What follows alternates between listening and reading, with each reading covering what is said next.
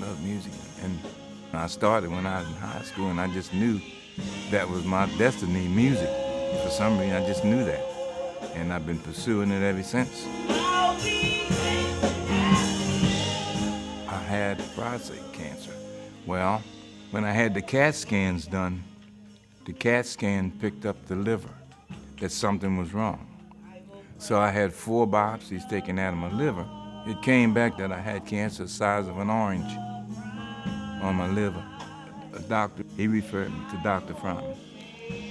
When I first met him, I had my family with me because we're close. When Tyrone came into the office, there was an entourage following him. 4 of my children and my brother and sister. It was 6 of us total. And I remember spending it seemed like over an hour just answering their questions, fielding their questions. Oh, he talked to us just like we was one of his family. He just explained every detail, what was going to go on, how it was going to go on, what would be the consequences and everything. He just went over everything piece by piece. And that's why I admire that man, because a lot of them don't do that. They don't do that. And I just felt comfortable with him. Once you win a family's trust and they truly believe that you care about that patient and that their best interest is in your heart, it makes the ultimate goal of taking care of him so much easier.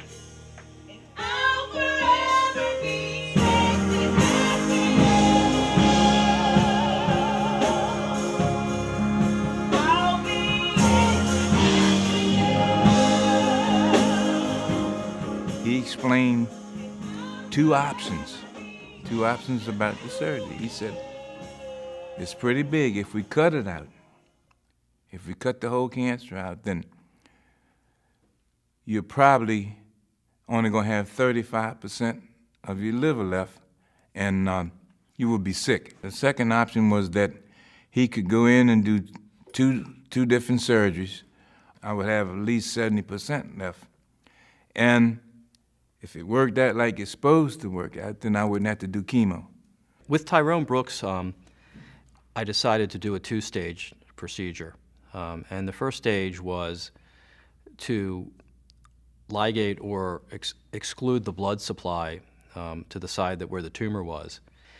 That increased the pressure on the side of the liver that was staying and allowed it to grow, and then we were able to do the surgery safely, with him not having any evidence of post-operative liver insufficiency or failure.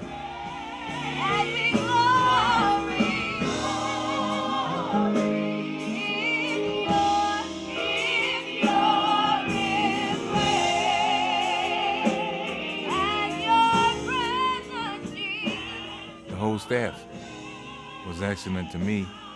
Every time I went through the door, they greeted me like I was family. I believe from the moment that a patient calls and we pick up the phone, I think they're comforted.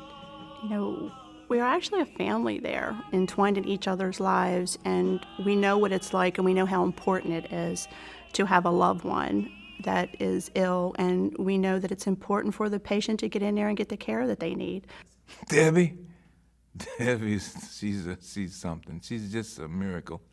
She had treated me and my family so well. She's a wonderful person, Debbie. I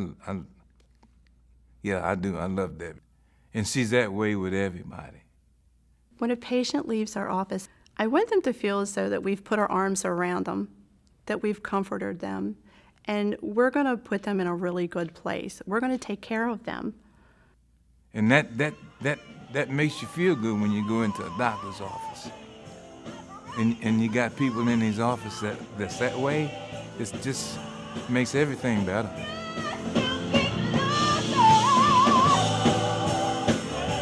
It was an experience, but it was a good experience because I knew in my mind that Dr. Fraiman had taken care of me like he told my family. He said, I'm going to do what I got to do, and I'll give you my word he's going to be okay.